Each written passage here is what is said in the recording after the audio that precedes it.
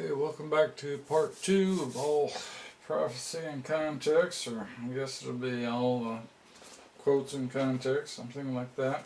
We were talking about Micah 5:2 and I kind of ran over, but we had mentioned about this New Testament context chart, and actually that's, I wanted to just scroll on down this because that's where the,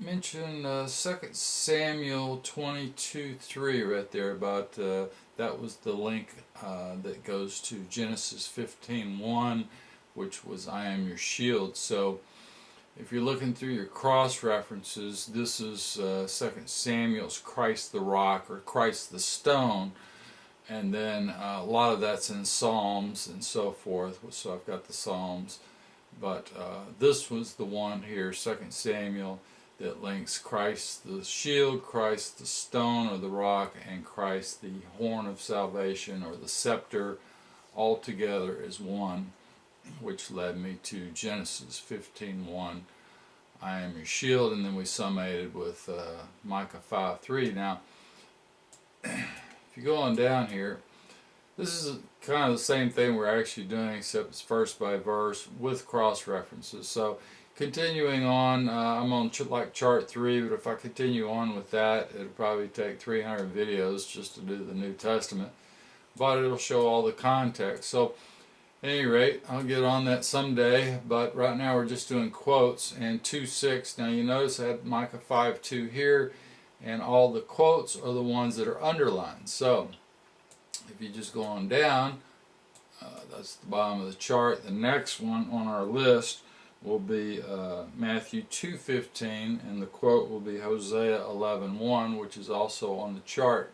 And on the chart I'll generally have a lot of the cross references as well, but I've also put in right in on the charts the context of what all of that collectively is.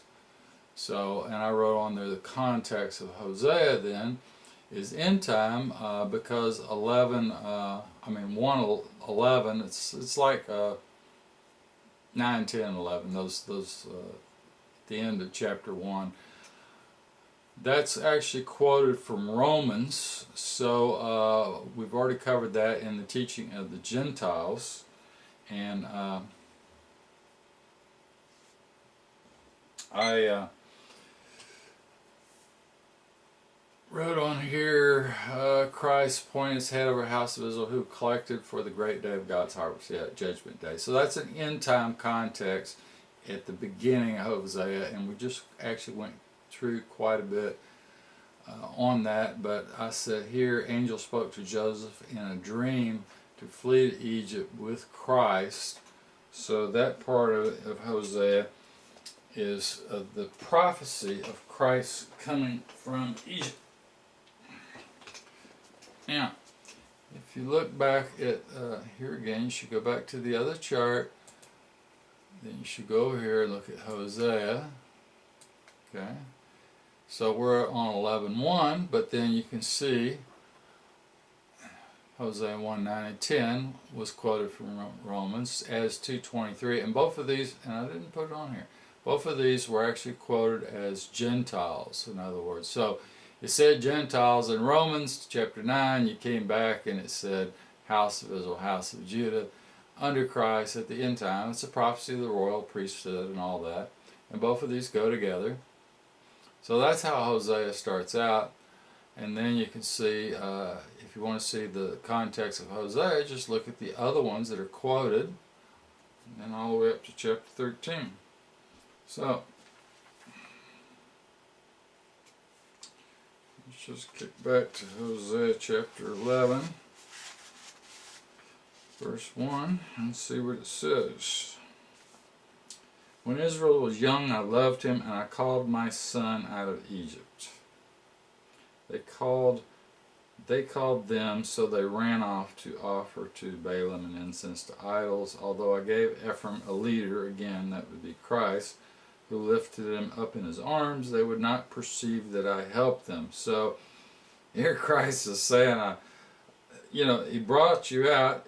We had the other prophecy where he brought the 12 tribes out of Egypt, and he hardened the Pharaoh's heart so he could show all these miracles and things. So not that he could show it to the world so that the rest of the world would have heard about it, which is what happened, but also to the 12 tribes so he could show the 12 tribes that they have this God over them that helps them, that protects them. So he's given them the context of Christ the shield, Christ the rock, and Christ their king, because he's only doing it for the 12 tribes. And if you read that closely and noticed what it said, it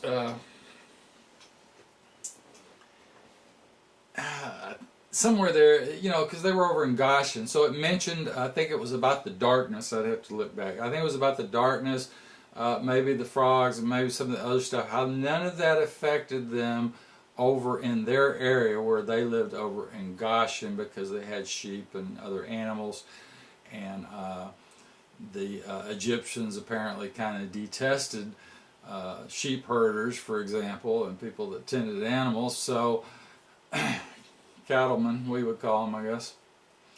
At any rate, they kind of put themselves above all that, I suppose.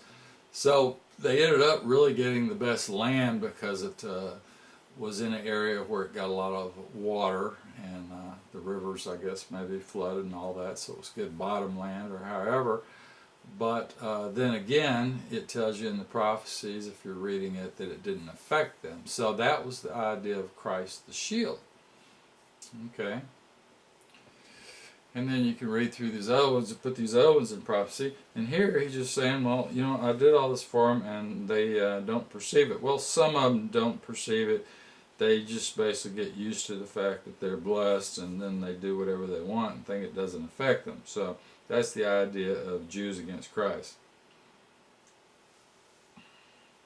You roll down to 11:8. Yet how can I leave you, Ephraim? How can I abandon you, Israel? So yes, Ephraim and Israel, of course. Israel was, house of Israel was Manasseh then, and Ephraim was over the Commonwealth. So that's this selection from the previous prophecies about Ephraim and Manasseh. And that's why it separates it the same way here, I take it. So anyway, he just basically is telling them to follow God's law. When you get down to chapter 12, it just starts right out. Ephraim surrounds me with lies, and Israel's household with falsehood, but Judah yet runs with her God and with the faithful holy. So, yeah. Of course, Judah and Levi, the priest, so forth, make up the house of Judah. So, But, now he's talking about Christ, and here's the point I wanted to make, and we're in chapter 12. And you go down to 3, but the Lord has a case against Judah, and will visit his ways upon Jacob, which he does at the last day, pay him for what he's done. In the belly he tripped up his brother. Okay, so that's obviously Jacob and Israel. Jacob and Esau, sorry. And in his strength strove with an angel. He strove with the angel and won. Well, the angel he's talking about, of course, is Christ. Which is what the point I made, that when you're looking at Genesis and you read that section back there, he strove with this angel and won. And then later on the angel says, I am the God of the house of God, which was Jacob's pillar stone. Well, there's only one angel that calls himself God, and that's Christ. Well, here again, right here, we're talking about Christ in this section, of course. 11:1, that's about Christ. Everybody knows it's about Christ, called this son out of Egypt. So we're talking about Christ in this chapter, and about, Ephraim and Israel gave Ephraim a leader. That's it, all this is about Christ being given to, and how he helps the 12 tribes. And then right here, again, the angel he strove with was Christ, right? So, verse 7, return to your God, but by the practice of justice and mercy, and always rely on your God, a traitor, a false balance in hand. He always desires to be cheating. So it's, again, the same thing about inflating the money, the banking, and all that from Micah. Same context. And Ephraim says, yes, I am rich. I have found by my industry plenty. I earned it, and nothing is found about me that I perceive sinful. Yeah. But I am Jehovah, your God. Verse 10. So again, Christ. So,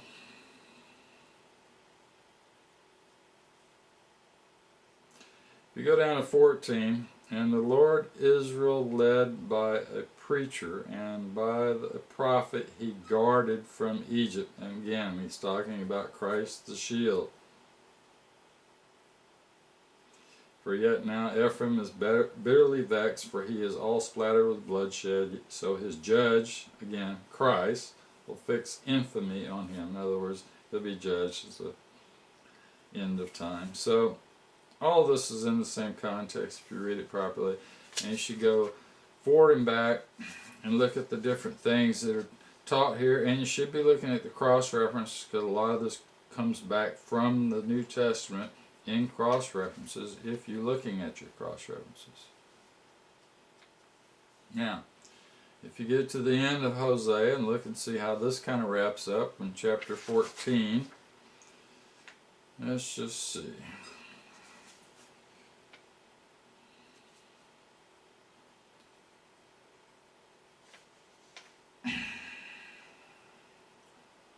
Well, it's hard to say where you should start. Of course, he's talking about a lion, a leopard, and a bear up in 13:7, right? Israel, you are a wreck. How can I help you? Of course, that's Christ helping Israel. That's what he's talking about. Talking about Ephraim's sin, and that's 13:12. Hoards up his faults as his treasures. To him as a lad without sin, yes. Yeah. Shall I free from the hand of the grave, or shall I redeem you from death? That's kind of a concept of the dry bones. Where are your terrors, O death, and where now, O grave, your destruction? So, pity is hid from my eyesight. So, talking about judging them, judging the house of God. 12 tribes in rebellion. Her children shall fall by the sword. That's the beginning of 14. Pregnant be crushed and ripped up.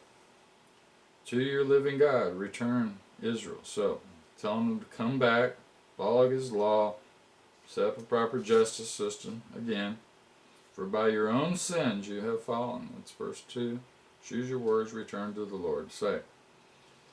Now here's Israel's prayer. Removing our errors, have mercy. So have mercy on our sins. For we offer the fruit of our lips. Asher shall not be our Savior, and on horses no more we will ride. I'm not talking about horses, talking about the military machinery. In other words, don't trust in your ability to wage war. That's what it's actually talking about when you compare it to the context and other prophecies. No more will we call them those our gods that we ourselves made by our hands. Yes, talking about the war machinery they were winning wars with. Only you for the orphaned have pity. So they're calling, repenting and calling on Christ to have mercy. Okay. I will, in verse 5, this is 14 verse 5, I will nurse those returning and love, for my anger has vanished from them. And to Israel I will be like the dew, and he like the lilies shall bloom. So bloom is having children. Same context it says in Revelation. Like Lebanon send out his roots, like a bright olive spread out his boughs. So it's talking about his family tree.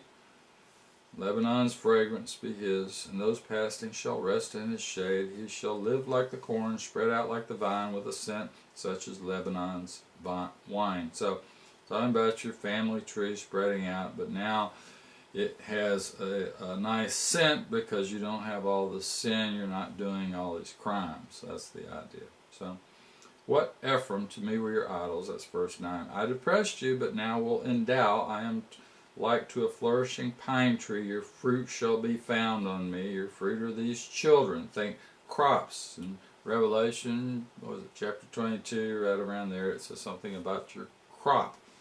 Your crops are your children, your fruit. So the first context of fruit in the Bible was children, all the way back at Adam's time. So, who is wise and can comprehend will reflect and endeavor to learn that the paths of the Lord are direct, and in them the righteous can travel, but the wicked will stumble. Here you go. Sums up the idea of the righteous that understand all this, which are the remnant, the Jews for Christ, but the wicked that will stumble on the message of Christ, the Jews against Christ. That's how it sums up. So all this stuff, and of course, like I said, if you go back to the beginning of Hosea, it starts right out talking about the house of Israel, house of Judah, and then how they come back together at the end time under a single head. It's verse 11, 111. At the great day of God's harvest. And then I went on to show that all this end time context in here. And I quote all of these books in their entirety, but just kind of go back and touch on some of the main things. Hosea 5, verse 5, Israel and Ephraim shall fall in their sin, and Judah shall stumble with them. Yes, house of Judah stumble on the message of Christ. Right.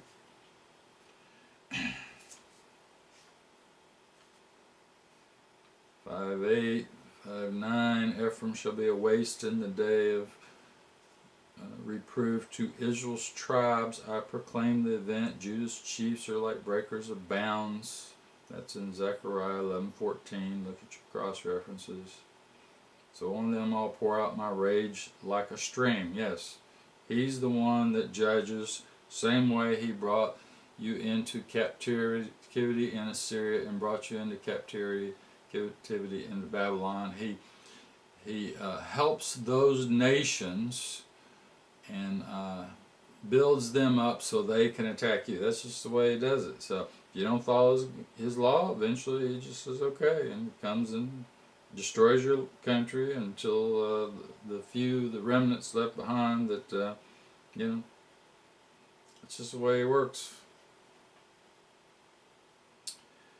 Oh, and this is the only place, that was the other thing I was wanting to get on. The Hosea chapter 6. It's the only place I noticed this mention of the third day. So if you read this chapter 6 talking about Christ, let's return to the Lord. That's Christ he's talking about. He has torn us, he only can heal. He is wounded, he can bind up. In other words, revive us from day to day. He can make us, he can raise and make us live on the third day. Yeah, exactly. So just read that. Chapter 6, what can I do for you, Ephraim? What can I do for you, Judah? My judgments flashed on you like light. That's 6:5. Well, there you go. I wish more for mercy than offerings, for knowledge of God than for gifts. So here again, he wants you to have the knowledge of God, to understand his scripture. It's why he's giving you people to put all these cross-reference Bibles together. He's giving you the quotes for you to go back and study. He just wishes that you would do that instead of just showing up at church and listening to people tell you what this means. He would tell you himself. Go then to chapter 6. In Israel's home I see horrors. Ephraim whoring and Israel defiled, and Judah is ready for reaping. So I turn you, my people, to slaves. So he judges you. Judgment on the house of God. And you just read it on. All the way through. Same context.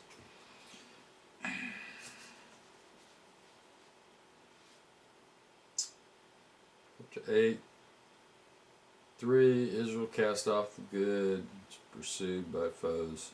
They made kings to reign, but it was not from me. So they pick people to rule over them. Think presidents and all these other people you got in your federal government that you elect.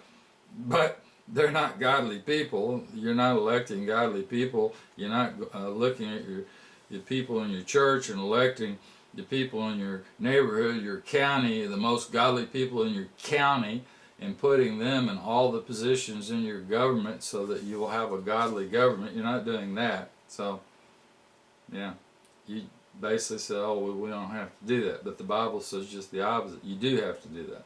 That's part of following his law, is electing godly people. Yeah. At any rate,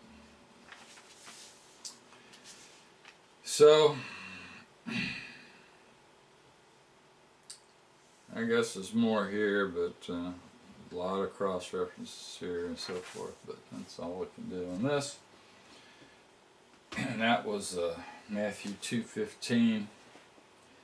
Next is Matthew 2:18, and that goes to Jeremiah 31:15. Now, another prophecy, again.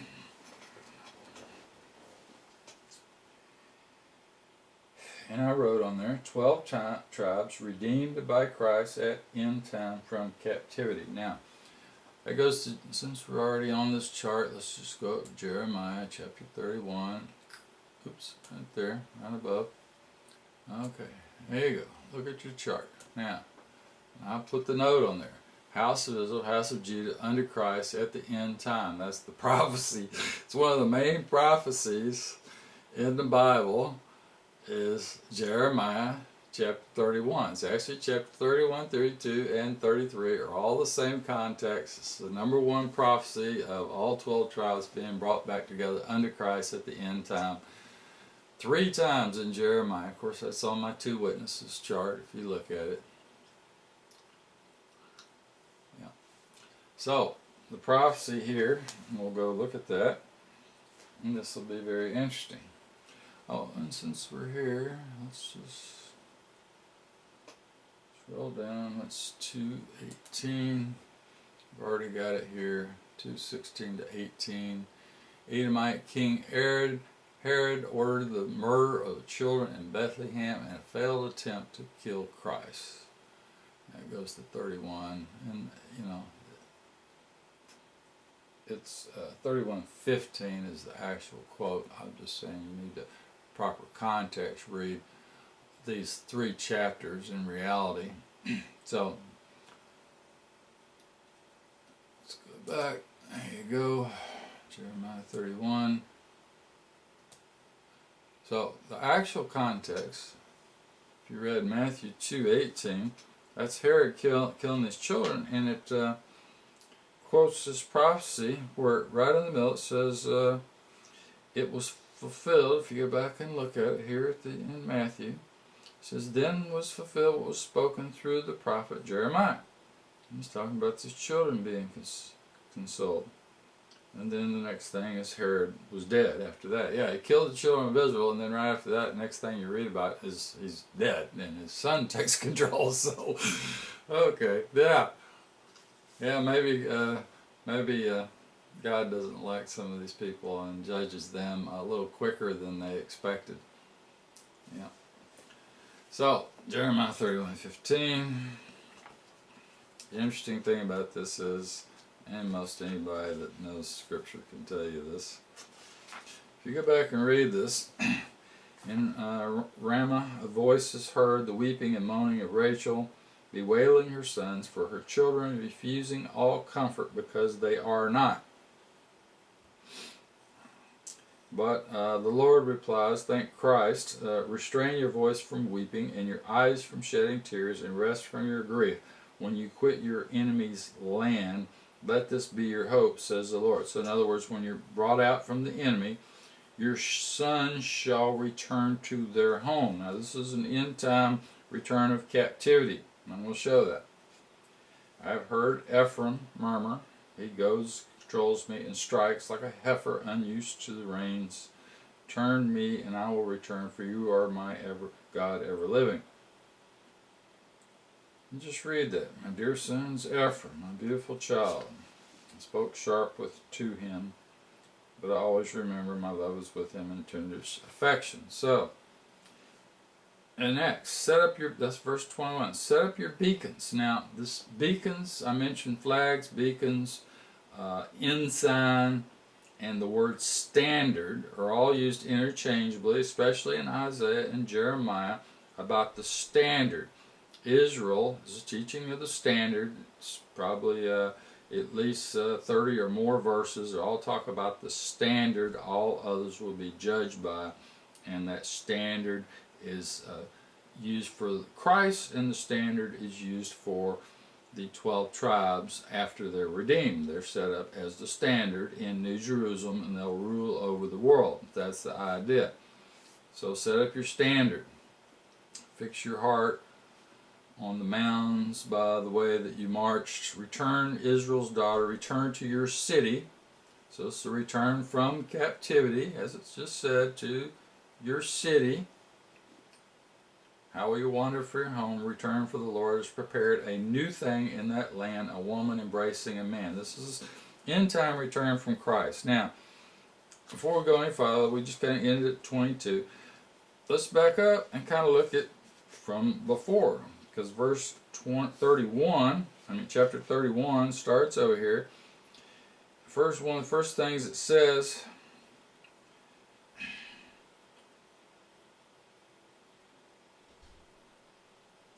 alright, well, my point I really wanted to make actually starts in chapter 30. So let's just back up to chapter 30. You should see what happened before there. Alright, go back. Chapter 30. Let's just start in chapter 30, because really everything starts right here in chapter 30. At the beginning of chapter 30. Okay, message came from the ever-living, thank Christ. Write the whole of the message I told you in a book. For see, the days come, said the ever-living, thank Christ, when I will restore the captives of my people of Israel and Judah. So this is all 12 tribes, the captives of all 12 tribes.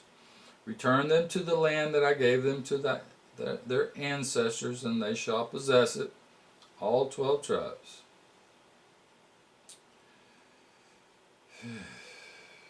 So, hear a voice of terror without comfort, that's verse 6. Ask and examine if men bear children. Why do I see every man's hands on his loins like a childing woman, every face turned livid? Alas, for it is a great day, there has been none like it. It's a period of distress. So Jacob's distress. This is the end time, Jacob's distress. We're going to prove that point. Can he be saved from it? Yes. In that day I will break the yoke off your neck, snap the shackles, and they shall no longer serve the foreigners, but serve their ever-living God, that's Christ, and David their king, whom I will appoint for them. Really? Okay. Talking about Christ from David being appointed over the 12 tribes. Not David, but Christ. So now Jacob, my servant, fear not, and Israel, be not depressed. So Jacob, Israel, all 12 tribes, I will rescue from afar, and your race from the land of slavery, when Jacob shall rest in quiet and without terror. That rest in quiet and without terror is what we just read in Micah and Hosea, about this time when no more war, and they'll have children and everything will be a blessing. So, for I will be with you to save you, and I will make an end of all nations where I scattered you. Well, first of all, the house of Israel scattered. As far as everybody knows, they're still scattered. So, this is going to be an end time restoration. He's going to make an end of all the nations where he scattered you. It's all the ones that killed the Israelites, in other words, in a sense. But I will not make an end of you, but correct you with justice. And when corrected, I will not punish further. That's verse 11. Your bruise is malignant, your wound sluggish, no surgeon, sprinkle medication. So, alright, what he's saying, your country is going to be so destroyed, in a sense. This is an end time destruction of the house of God, and it's going to be, I already told you, the clods, the dirt's going to be turned up, and there's only a remnant left. In other words, your country's going to be so destroyed, there aren't going to be hospitals to go to. So there's not going to be a surgeon. That's one way to look at it, because things are going to be destroyed. All your friends have forgotten, they do not inquire. I struck you by the stroke of an enemy, so he brought an enemy against you, a cruel wound, for your many faults your sins were strong. Yes. Why do you shriek over your malignant bruise? For the pain over your many faults. I have done this to you. I have done this to you for your numerous sins. So, again, Christ empowered other nations to destroy you. And I've got, and we'll see one of the verses here where it talks about it's a unknown nation that he's bringing to you. Think North Korea. Well, how could possibly some unknown nation that we hardly know anything about, people, I'm saying, know almost nothing about this nation, and yet this unknown nation, which is the term used, is going to destroy the nations of God's people. Yeah, that's actually what it says. So he's going to empower it. God's going to do it. You'll see it, and after the fact, you'll understand it. So, however, all who devour you shall be devoured, and all who oppress you shall go into slavery, and those who are plundering you shall be plundered, and all robbing you I will give to robbers. For I will grant you a restoration. Think redemption of the 12 tribes. The context was the 12 tribes. That's where we started. You are Zion, for the driver cries to you, you are Zion, for whom nobody cares. Yes, because you've been going around destroying countries, so who cares about you? Of course. Who cares about your God? Because all you've shown so far to the rest of the world is destruction, blowing up their country, sending drones flying over, shooting missiles at them every day. Why do they care about you? They don't. And it's because of you and your fact that your churches have not elected godly people to keep your nation under control, following God's law and with righteous judgment. That's your failure, and that's the failure of the church as a whole. They're not working together to do what the Bible clearly says. Ever-living says, I will restore Jacob's captured halls, I'll extend his dwellings, build his city on high, and think New Jerusalem. Found his palace on justice, here again, because there is no justice in America and in the UK. And the sound of song and laughter shall come out from them, they shall be glorious and not depressed. And his children shall be as of old, with a parliament before me, firm and fixed against all his oppressors, with a righteous judgment system. If you were just doing that right now, he would not have to destroy you. But the churches will never get it. It's up to you to make it happen. His leaders shall be from himself. Again, righteous, the most righteous, you elect as leaders in all positions of your parliament. And his governors from his own breast, the most righteous to be the governor. He shall come and approach and touch me, for who like him pledged his heart to approach me? So they shall be my people, I will be their God. Again, context is 12 tribes. The furious tempest of the anger of the Lord is gone out, sweeping tempest that whirls over the head of the wicked. The flaming wrath of the ever-living will not return, has accomplished the purpose of his heart. Well, I just told you what the purpose was. Judgment on his people, and then eventually redemption for those that repent. You will understand it in future times, at that period, when I will be a God to all the families of Israel, and they will be my people. Exactly what it said at the beginning of Hosea, we just looked at. Now, if you just keep going, we get that's the first of 31. And again, the nation of Israel remaining from the sword has found favor in the desert where it went to rest. Oh, it went to rest in the desert. Isn't that exactly what it says in Revelation chapter 12? About the woman and the 12 stars, they escaped to a place in the desert. Here it says it right here. They went to a place in the desert to escape from the sword. And just above it told you why that he sent the sword to judge the house of God. Verse 3, the ever-loving saw me from afar and loved. I love you with an everlasting love. Therefore I will attract you by my kindness. I will build you again, and you shall be rebuilt. Virgin of Israel. Oh, remember, virgins of Israel, that's chapter 14, right? Revelation. Come out the dances, plant vineyards, blah, blah, blah. Shout to Jacob, be glad, at the head of the nations. So the Israel people will be the head of the nations. That's verse 7. Fragments of Israel. That will be the people. Fragments, think remnant. I will bring them from the land of the north, collect them from the flanks of the world. So bring them from all four corners where they were taken into captivity. With their blind and lame, the pregnant and childing woman shall return together in a great crowd. Return of captivity of the house of God, which are the Christian people. They went away in tears. Of course there is. The Revelation's all about the Christian people being murdered, taken into captivity. Not flying away. They're taken in captivity. With delight I will lead them in jubilee to the rivers of water. Think living water by a level way in which they cannot stumble, for I will be a father to Israel with Ephraim as my firstborn. Again, that's verse 9. Nations, hear the message of the Lord. Well, nations, verse 10, that's nations of 12 tribes. Report it to the distant isles. Well, okay, the isles. You see this over and over. Think British Isles, Ireland, and other isles where the 12 tribes are, these Christian people. Proclaim to the race of Israel, of course. Okay, send the message to your brethren. He who scattered us will guard you as a shepherd does his flock. Of course, he will shield you, in other words. So that's Christ the shield. For the ever-living will redeem Jacob and free him from his hand that is stronger than his. So, 12 tribes in captivity. It's going to see again, this is end time, multiple times we're going to see that. Come with cheering to the top of Zion, stream to the Lord's endowment of corn, blah, blah, blah.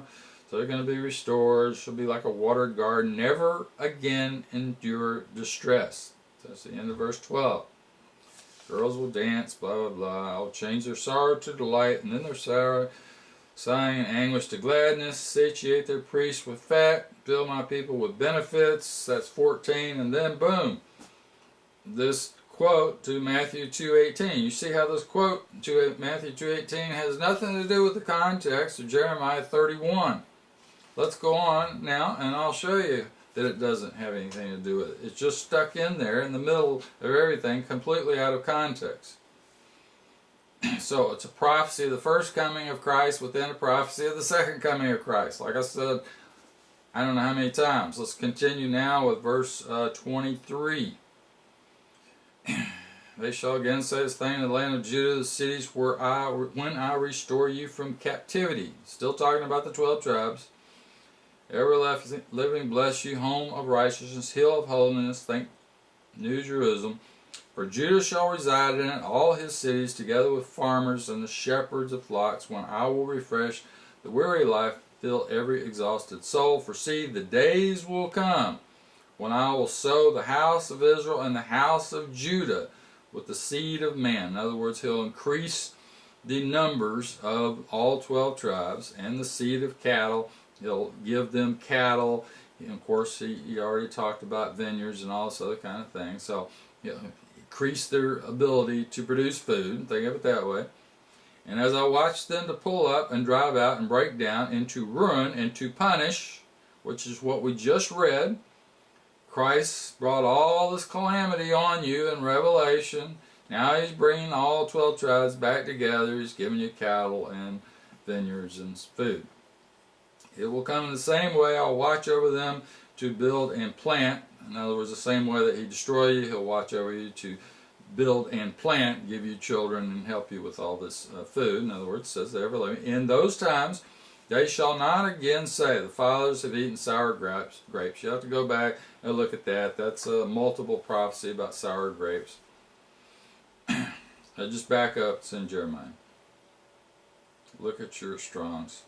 For a man should only die for his own faults. Everyone who eats sour grapes, his own teeth shall be set on edge. Look, the times will come when I'll make a new covenant with the house of Israel and the house of Judah. Think Hebrews 8:8 and all the ones that connect to Hebrews 8:8. Unlike the covenant I made with their fathers when I grasped them in my hand to bring them out from the land of Egypt. Alright, well we know who's brought out in the land of Egypt. It can only be 12 tribes. Can't be anybody else. Which covenant they broke, although I was their guardian. Think Christ the rock or Christ the shield. That guardian we saw just above Let's just go back up there because there it is. Guardian stone, Genesis 49:24. That's Christ the guardian stone. And that prophecy was given to Joseph, which applies to Ephraim and Manasseh. Here it is again. This is the covenant. I will fix my laws in their breasts, write them upon their heart, and I will be their God, and they shall be my people. No one but the 12 tribes fits what it just said. No one but the 12 tribes, he's saying, is given this covenant. He's saying he'll judge the 12 tribes that didn't want anything to do with him and didn't want to study and didn't want to learn, didn't want to follow his law and didn't want to do any of this stuff. All those people are judged. He keeps the remnant, the ones that care about it. And then he writes the laws in their breasts so they don't have to go and read all this stuff and learn it. It'll just be right in their head. They shall no more each instruct his neighbor, each his brother, learn about the ever-living. For all of them will know me from the least to the greatest. So that's all the ones now that have been judged, this remnant that's left over, and their children that are brought up. From there on, they won't have to go looking for his law or talk to each other about what his law is. They will just know what it is, and they will follow it. For I will pardon their frailty, no more remember their sins, so they'll have that mercy on them, which is the context of Ezekiel 36:24, Hebrews 8:8. And let's just continue on. If his institutions reprove themselves, verse 36 says they were living, then the race of Israel can remove itself. So this will never change, is what he's saying.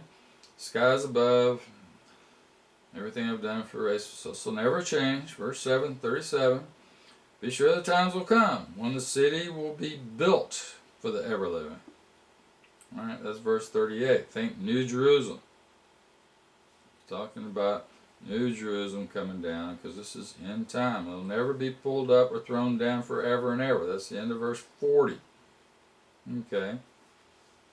Now, what about chapter 32? Well, if you just read that, let's go down to 32:27. See, I am the ever-living God of all flesh. None of my promises will fail. Nothing he said in prophecy will fail to happen exactly like he says it. It's up to us to learn what he's talking about and put it into context by looking at the quotes, looking at the cross-references, reading before and after to put things into context. Now, verse 29. Burn incense upon the roofs to Baal and drink to seducing gods, and they insult me because... Verse 30, the children of Israel and the children of Judah, all 12 tribes, have done wrong in my sight from their youth. Children of Israel provoked me by the fabrications of their own hands. It already talked about the fabrications, and those were all this war machinery and the fact of what they were doing and all their sins.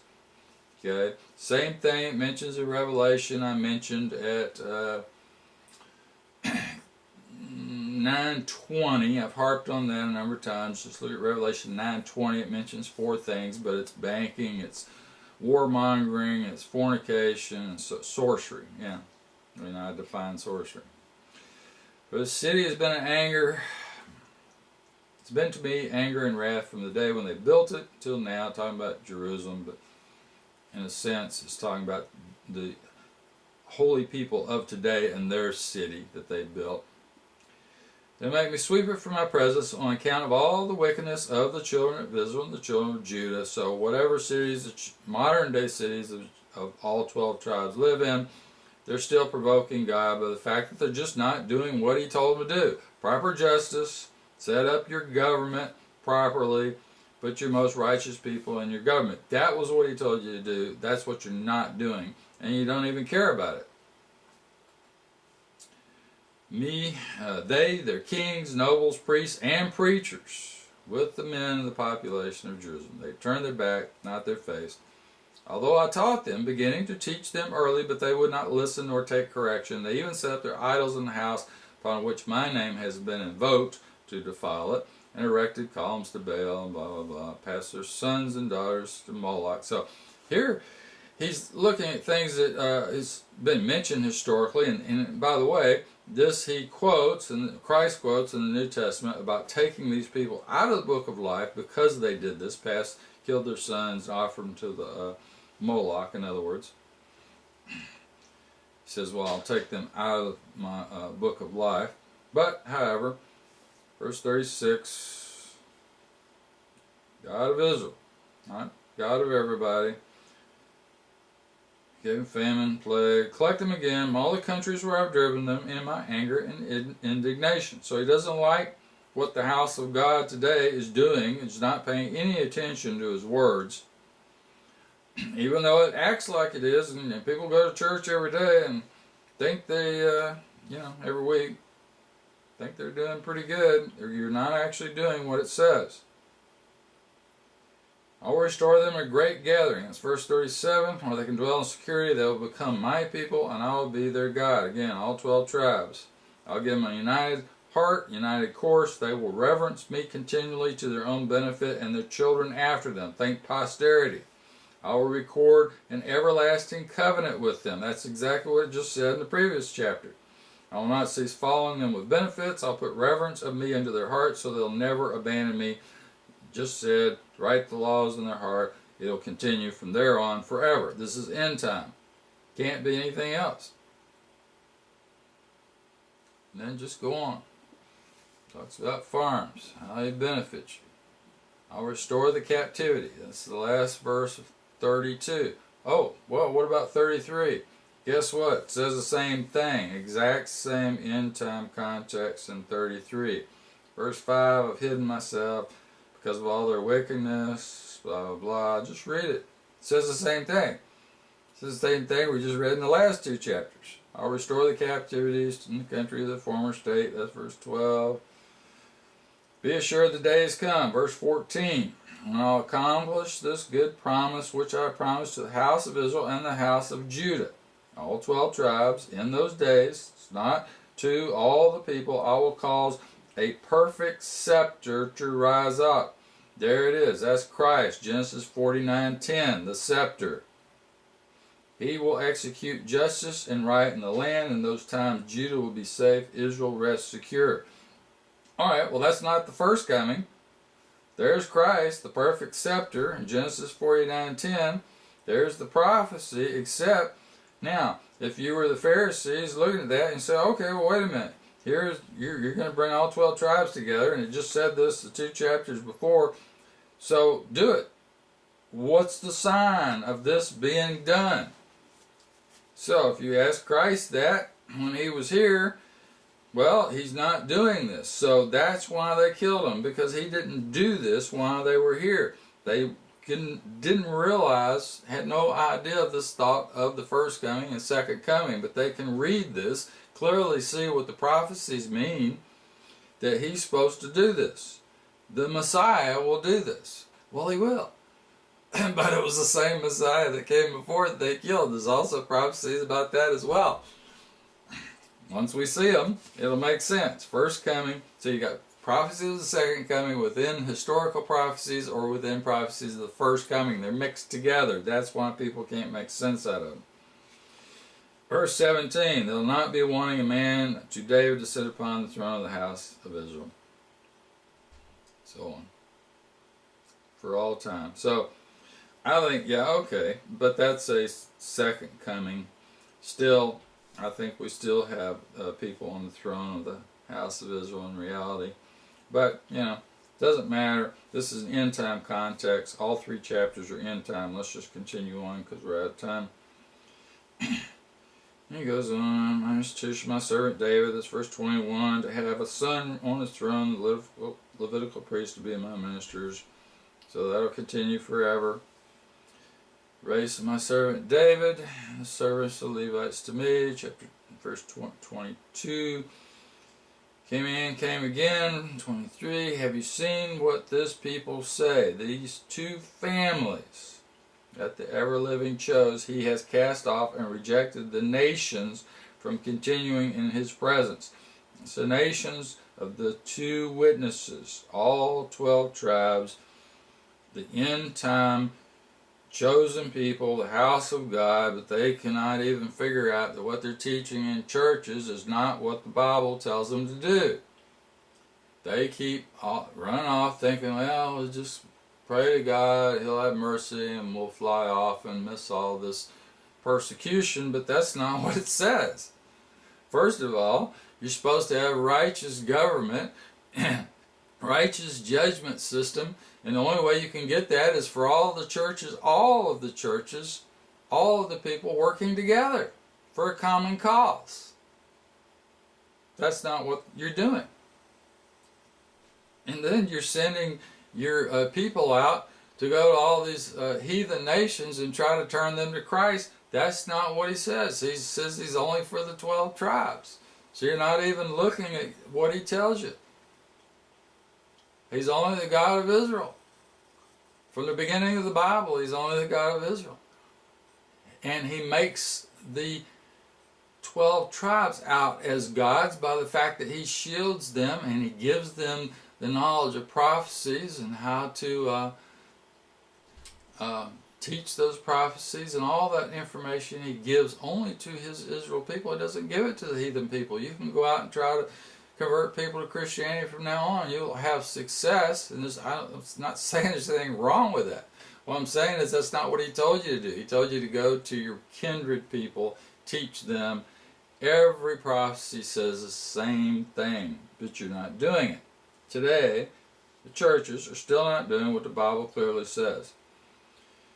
Okay, but since he's restoring them, he says, if I've not appointed the institutions of day and night, fixed laws of the solar system, so he made the laws of the solar systems and the earth, then I'll repudiate the race of David, my minister, blah, blah, blah, and not take from his race for the race of Abraham, Isaac, and Jacob when I restore their captives and pity them. So he's saying that no one can change this, what he's prophecy. In other words, all his prophecies, already said that, all his prophecies are going to come true exactly as it says. But if someone could change it, then, he won't use the 12 tribes. And again, Abraham, Isaac, Jacob, restoring the captivities. Those are the ones that are the two families, the two chosen families just above. Cast them off, saves the remnant. That's the context. Alright, well, we made it all the way to Jeremiah 31:15. At any rate, the children being killed did not even fit within the context of these chapters, and that's just one of the reasons why a lot of people have trouble with this. These prophecies are all mixed together, and it's up to you to read them and figure out what's historical, what's still to come, and when the prophecy applies.